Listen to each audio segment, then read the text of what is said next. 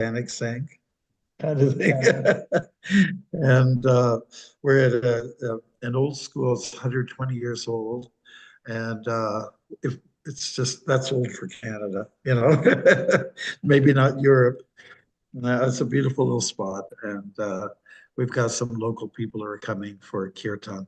We find that local people like when you promote kirtan, a little talk, and you have potluck, and maybe a real bonus is like some dance with the kirtan. They like that. So we're recognizing these days you've got two different audiences. The audience from Bharat, land of India, and then you've got the Western folks, and sometimes they don't mix. That's the reality, um, even though it's all attractive.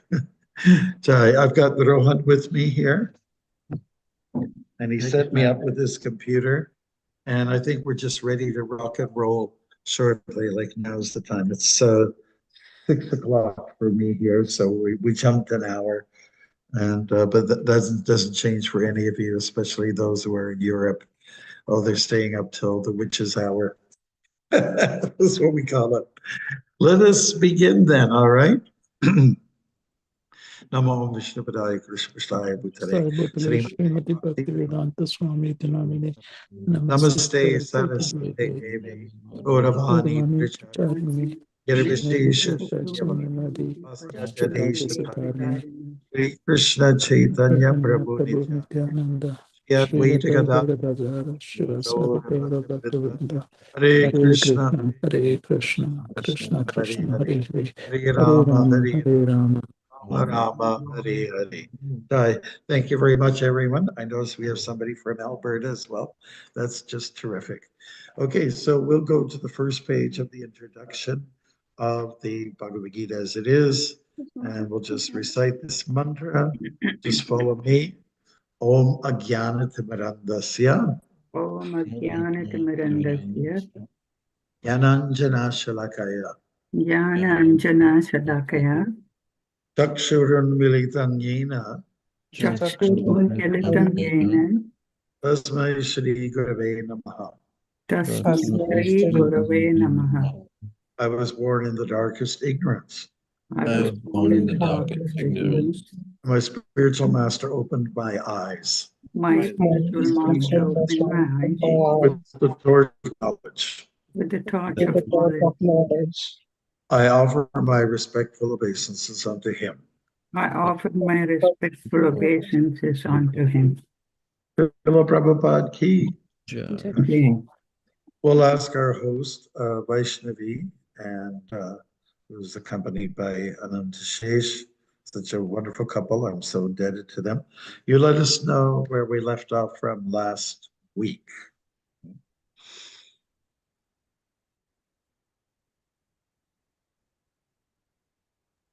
We 1849.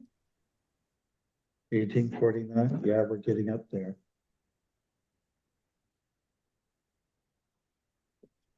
Okay. Conclusion.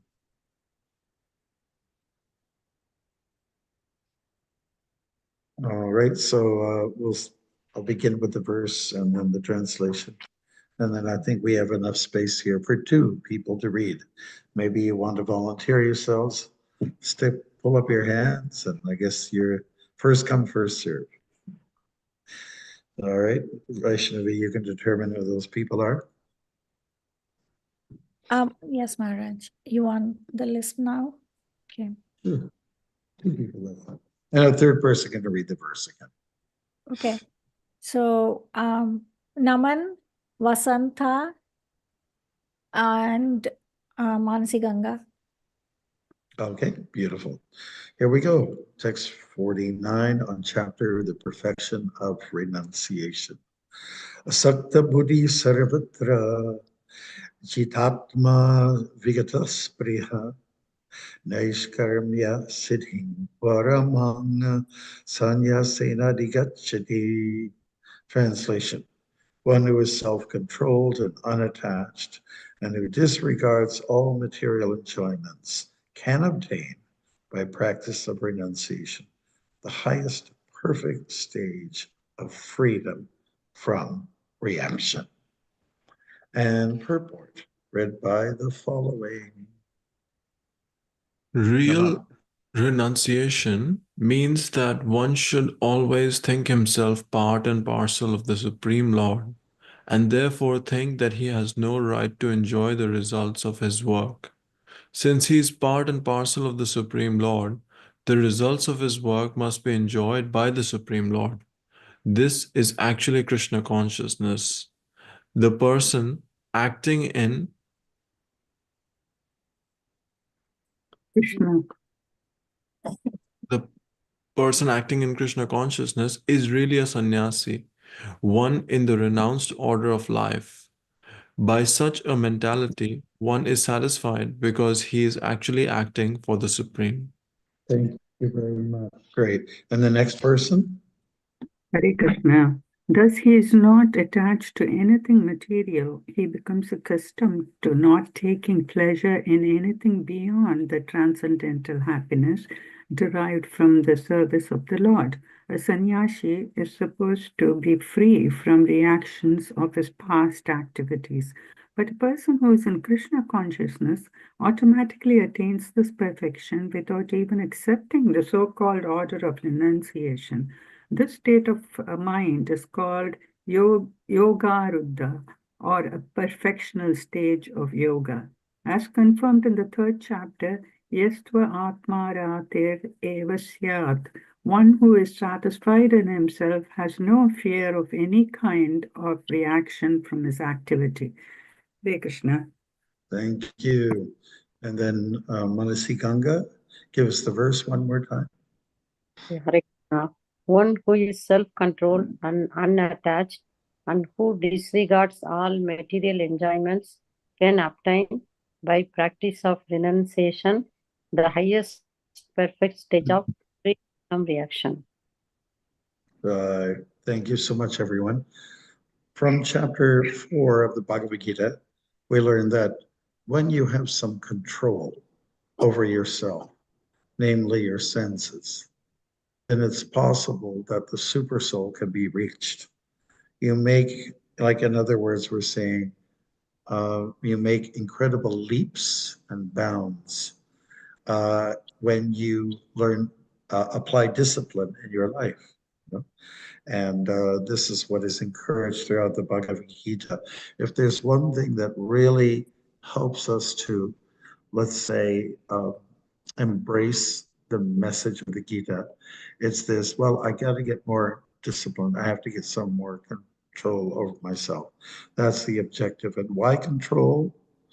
That means that you're letting Krishna control you more. You're simply letting go, letting God, you know. So this is the advantage. And the topic here is renunciation, which formally is called sannyas. And that means somebody's more or less exhausted or disinterested in mundane things and is not really caring much for, well, what Maya has to offer. It's just one has been there and done that. And just, one is just looking for an ever fresh experience in spiritual practices in bhakti yoga. So everybody could be a sannyasi, maybe not formally, change of cloth, whatever, like we do formally in our tradition. And everybody, even women, can be sannyasis, but in spirit, maybe not, again, formally. In fact, many males don't become sannyasis. Most of the devotees that I see who get interested in Krishna consciousness and want to go deep, they stay with their life partner, and they don't even talk or think much about taking formal sannyas, whereby the male member will be kind of just free to roam and travel and kind of depend on the mercy of others. And whereas the female counterpart, she'll be just as advanced in spirit, but for practical purposes, will stay with the family, stay with the eldest son, and just, be looked after. So that's the difference between the two. But in terms of the state of mind and the mindfulness, it's the same. So in chapter 9, Krishna also says, mangi paratya vyapasaritya, yepi siu papayonia, striya vaishyas tata shudras, tepi yanti parangatim. Everyone is eligible to reach the supreme destination, God. That's regardless of gender or caste even. Oftentimes, Brahminical people, they may be taking sannyas. As far as taking the role of guru, it's kind of the same thing. Anybody who shows progression, advancement in Krishna consciousness, they're automatically a guru, whether it's official or not.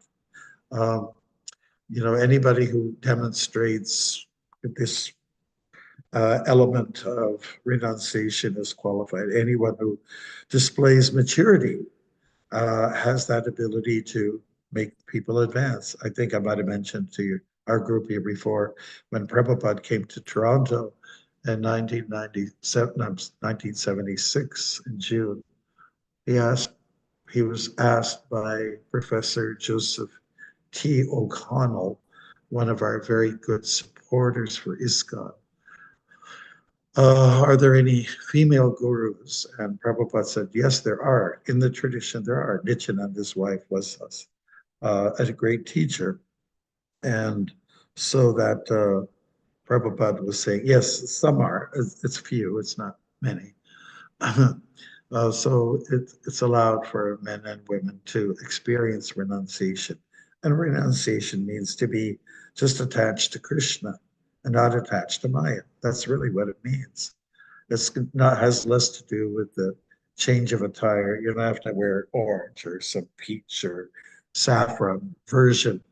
It's really more a matter of how you spend your time. And if your time is spent with Krishna in his service, then you are practically a sannyasi. And really, the bottom line here, is to become a sannyasi, which means to be dedicated to Krishna. That's really the bottom line. So what we need to do is work at self-control, be not attached to the things of this world, and then you can reach the highest stage. Everybody's eligible. Doesn't matter. You can be a criminal and have a change in your life, and you can be, Krishna conscious. Jagai and Madai are the prime examples. The Chaitanya Lila, they prove themselves to be, what do we call them? Dacoits. We call them rascals. Prabhupada used to say that. Loose characters, and yet they became advanced because of the mercy of the Lord. One thing that happens when you hit rock bottom with your self-centeredness, self-righteousness, you're almost coming close to the point of being spiritual, being a spiritual person. For those people who have tried everything, every level of sense gratification, I said, I've had enough of this nonsense. I don't want it anymore. I want to apply the same passion that I had for Maya to Krishna. That's all. And we can actually admire individuals like Hiranyakashipu, who was very, very determined to get his way in the realm of sense gratification. And basically, he more or less got what he wanted. He invoked the attention of Brahma, and Brahma blessed him and gave him more or less what he wanted. And so he became quite the leader, quite the terrorist, if you could use that term, a tyrant of sorts.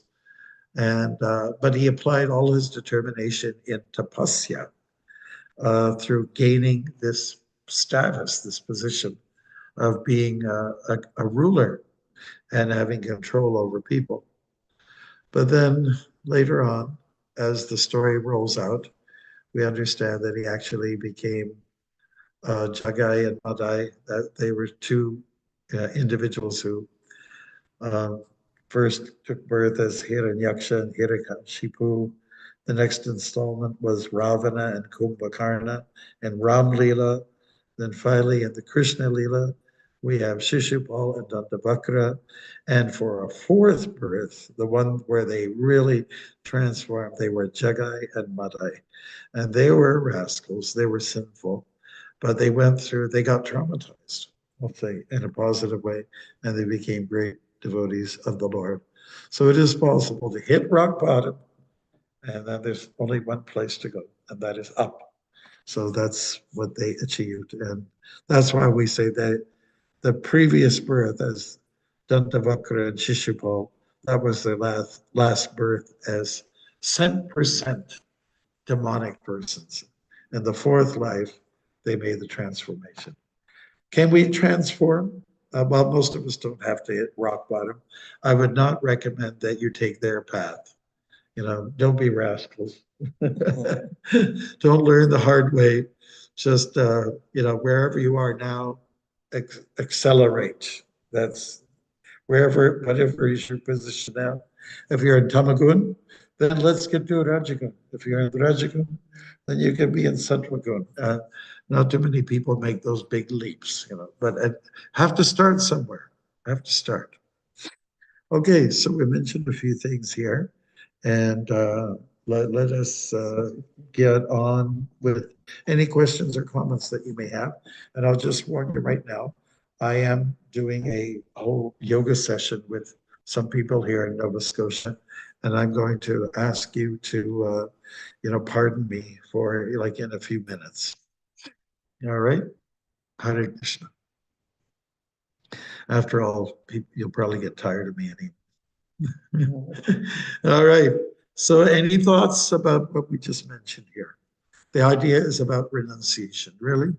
That's the highlight of this chapter. And the word renunciation, vairagya, which is a Sanskrit term, and maybe if there's other terms, it comes up all throughout the Bhagavad Gita. It's something that never leaves us.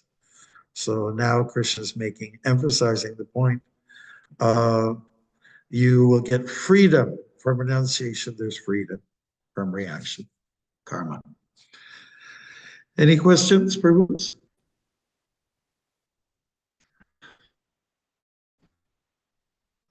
I'm ready for anything. Hare Krishna Maharaj and Hare Krishna. Please accept Hare my humble obeisances. So I have a comment, Maharaj. So frequently I have bought books, and just given out to people. And some of those books, especially the one by Mother Krishna Nandini, it's ABCs of Chanting. It's not even a book. It's like a booklet. It's like 10 pages. Yes. Yeah, I have a copy. You have seen that. And the other one, Book of Eights.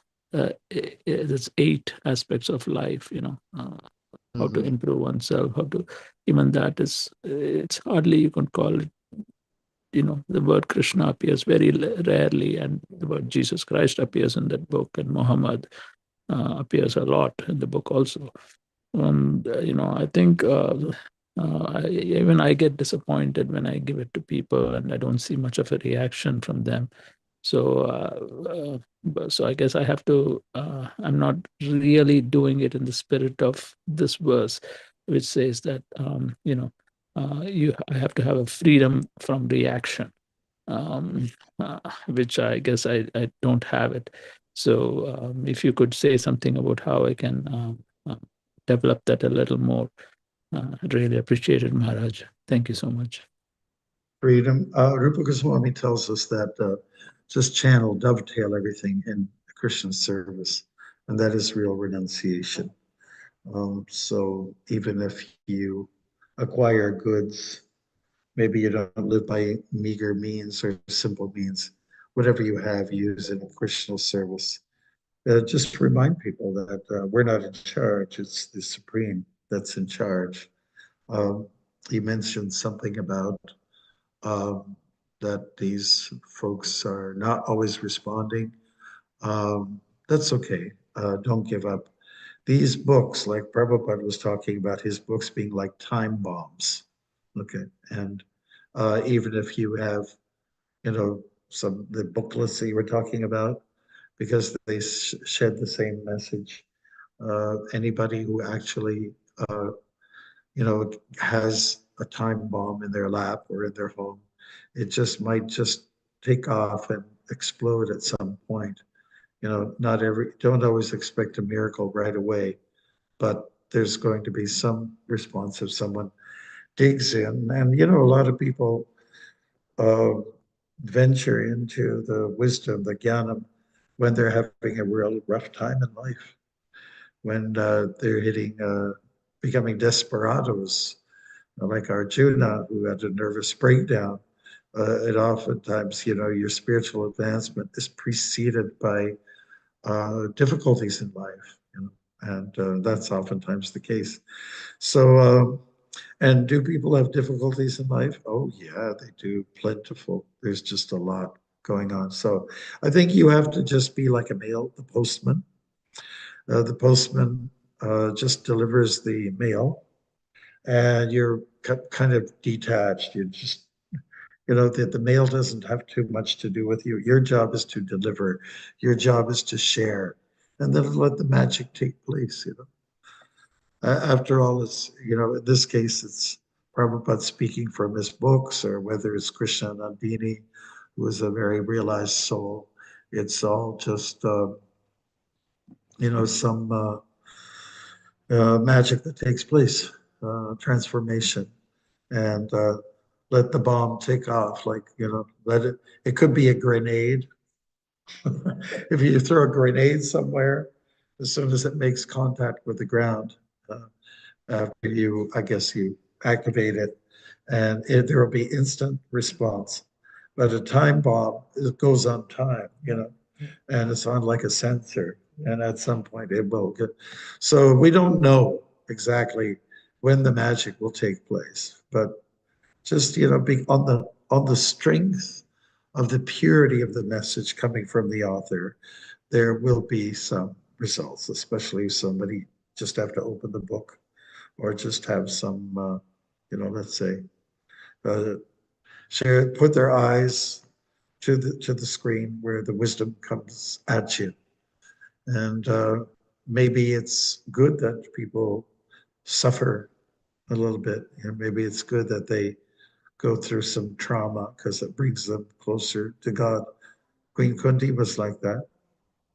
She said one of the most honorable things, you know, my Lord, she's talking to Krishna in her prayer. Well, calamities, vipada. Vipada means, pada means foot, you take a footstep. And vipada means when you step in the wrong place. You can step in quicksand, you can step in a bear trap, ouch. You can step in a swamp without knowing. You know, it's a calamity, and the calamities happen in people's lives. So be it, and hopefully people will scream for help. Uh, Krishna, Krishna, Krishna, Krishna, Krishna, Krishna, Krishna, hey, and then Krishna, Krishna, Krishna, Krishna, Krishna, Krishna, Rakshama, Krishna, Krishna, Krishna, Krishna, Krishna, Krishna, Pahimam, Rama Raghava, Rama Raghava, Rama Raghava, Rakshama, Krishna Keshava, Krishna Keshava, Krishna Keshava, Pahimam. So when you're in despair, that's when you come. Chapter 7 from the Bhagavad Gita, you know, your job again is to leave the time bombs there. And when people really get in distress, they just might.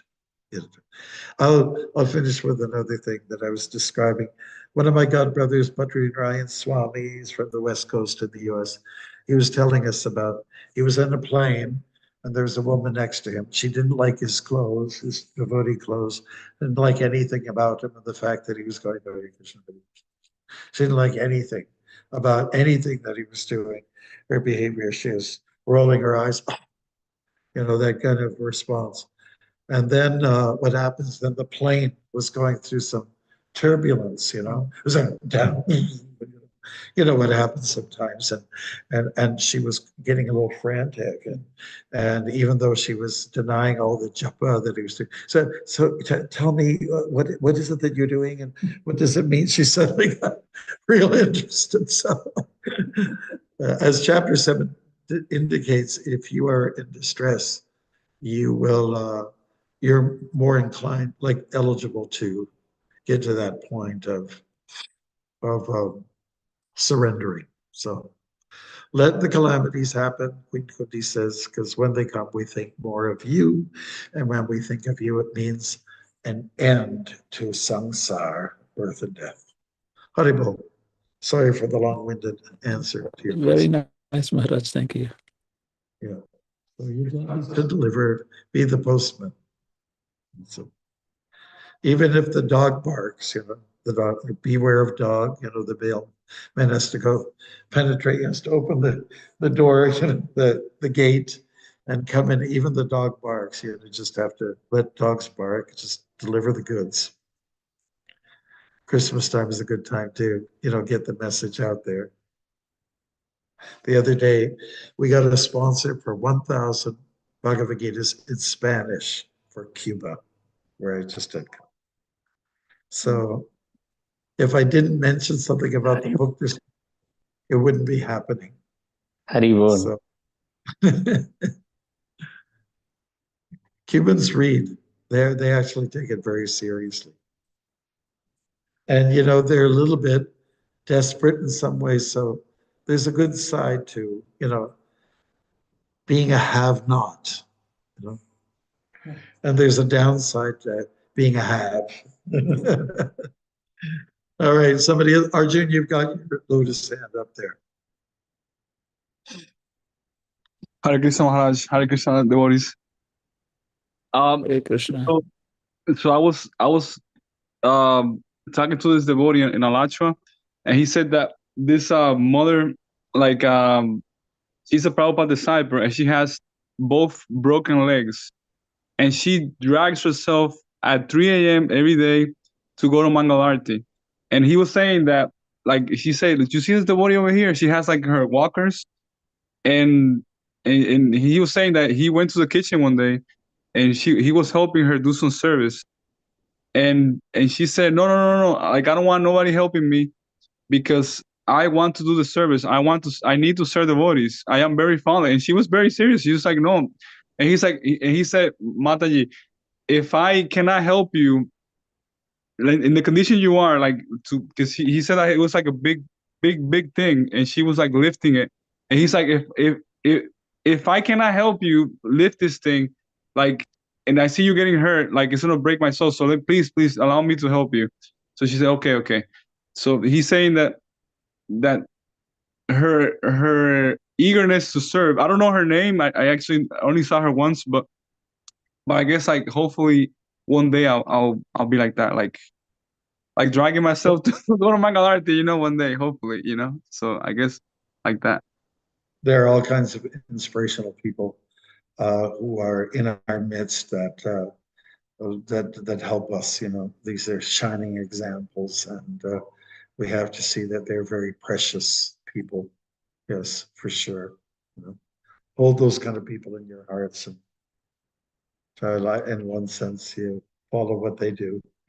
Commitment, eagerness is very strong, and Rupa Goswami explains that eagerness is the price you pay for becoming a lover of Krishna. It's the ticket, the enthusiasm that you have is everything.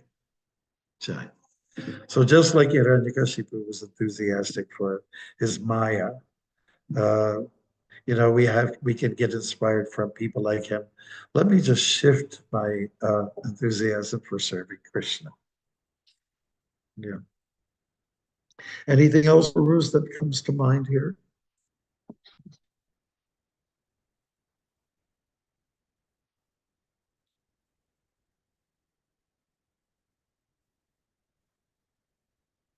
Okay, then I guess what we can do, we have time. Maharaj, I have a question, Maharaj. Okay. Can I ask a question? Sure. So this is actually about the same chapter, just 2 verses earlier, 47, I think.